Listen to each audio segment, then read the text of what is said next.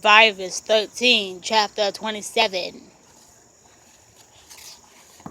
The elevator came to a halt and softly dinged twice as the door slid apart. Monroy and McDonald stepped out and stopped, surprised by what was unfolding in the Homeland Health Office. What the hell? The normal drudgery of the agency had morphed into an excited ruckus. A long line of employees stretched along the far wall, ending in a break room. "What is this?" Mac asked. He thumped his pot belly with his hand and turned to Monroy. "No idea." The two of them wound their way through the maze of desks to the back of the line. A young intern stood at the very end, looking more wide-eyed than usual. His skinny frame jumped as Monroy belted out. "So what's the deal with the line?"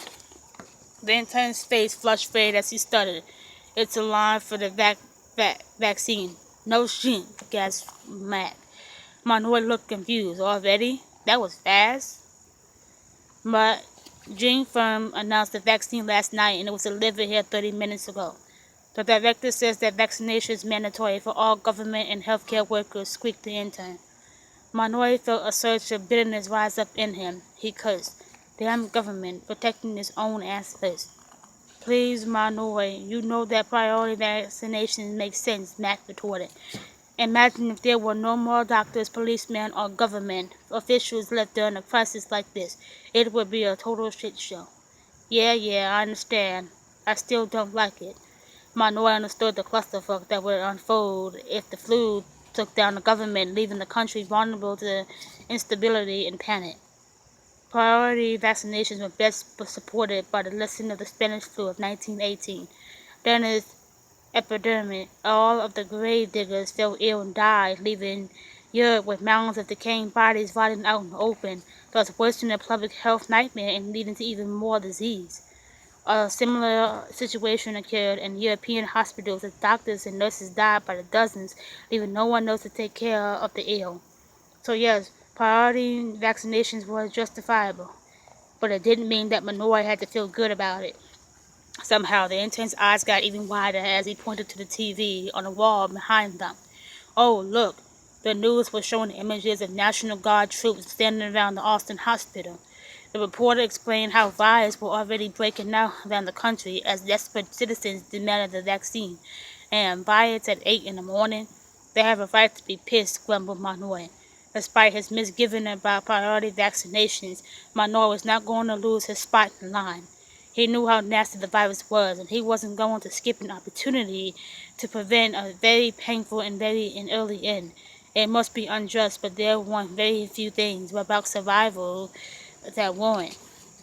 The three of them continued to watch the news in silence, waiting for their government-mandated salvation. James tried not to look consumptive as he almost ran through the main doors of Jing Firm. He was wearing nice slacks and a white business shirt that he had managed to throw on before rushing out of the house.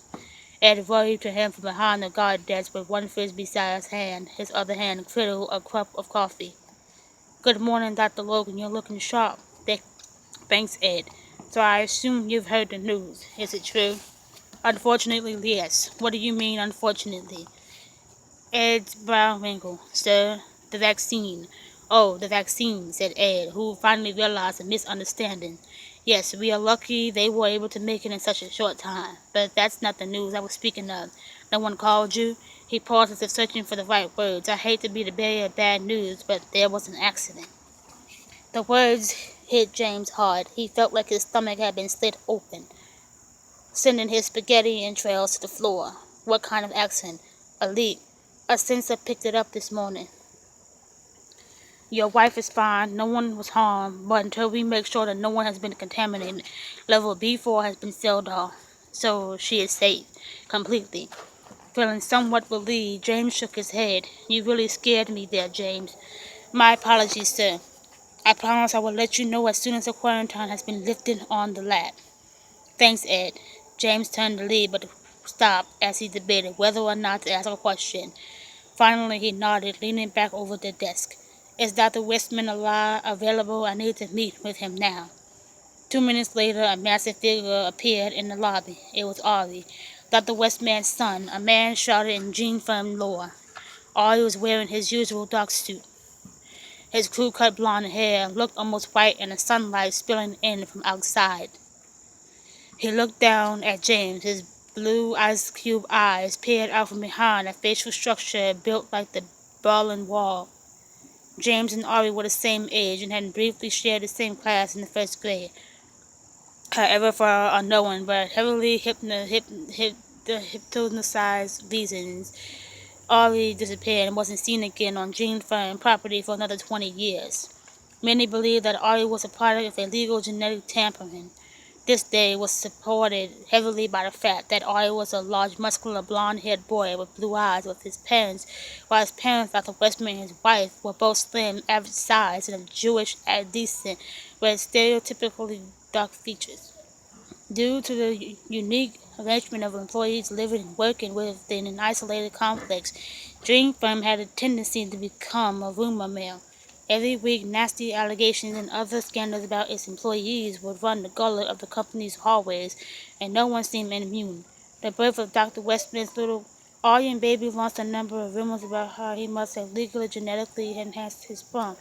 Many believe it was fear of an health and homeland health investigation that drove Dr. Westman to send his son to a European boarding school. Dr. Westman is ready to see you, said Ari with his deep, monotone voice. Oh, I'm sorry, Ari. I didn't need you to come down here to get me. I could have walked up there myself. Ari shook his head. My father insisted, he said, without any further explanation, follow me. Ari led James down several corridors into the heart of the building. So what have you been up to, Ari? James asked. I hardly ever see you around here.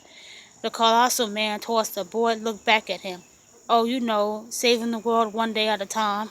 Ari laughed and then continued. But really, I've just been doing a lot of traveling, working on side projects for my dad. What kind of projects exactly? James asked as they passed through the empty cafeteria to the first set of security doors separating the executive offices from the rest of the building. You know how my father is, always a great humanitarian. James thought he caught a hint of sarcasm in the last comment.